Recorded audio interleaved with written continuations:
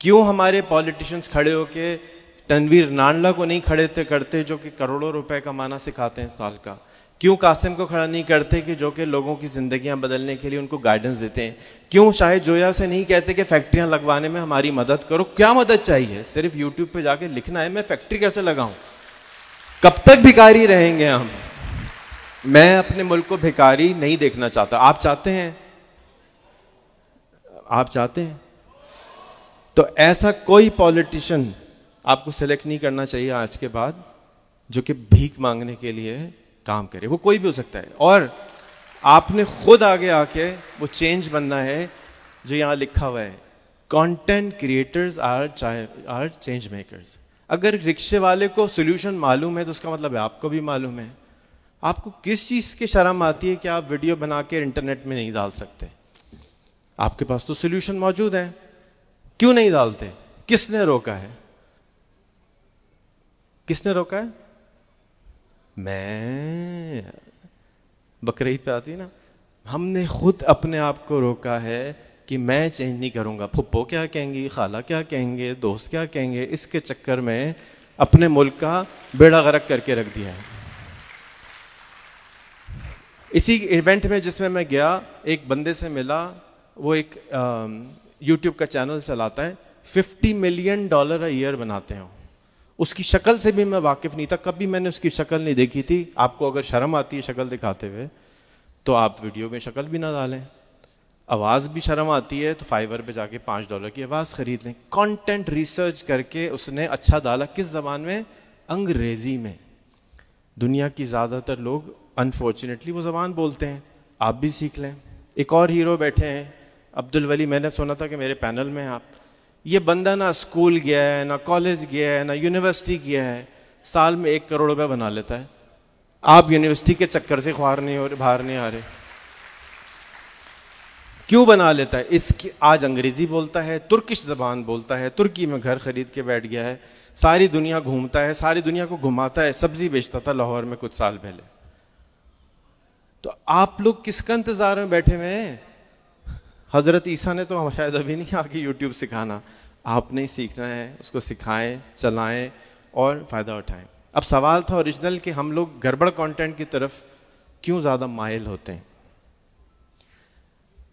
سنا ہے سائنسسٹ کہتے ہیں, میں تو بہت پڑھا لکھا آدمی نہیں ہوں, کہ ہمارے دماغ میں ایک پرزہ لگا ہوا ہے, اس کو کہتے ہیں امیگڈلا. وہ رات کو سونے کا جو ہارمون ہے وہ بھی ریلیز کرتا ہے, اینڈ فیئر جو ہے, خوف, اس کا بھی جو سگنل ہے وہ بھی وہی جنریٹ کرتا ہے. تو آج سے 100 سال پہلے لوگ باتھ روم, بلکہ آج تو پاکستان میں بھی باتھ روم جاتے ہوئے بھی لوگ سانپ کے ڈسے سے مر جاتے ہیں.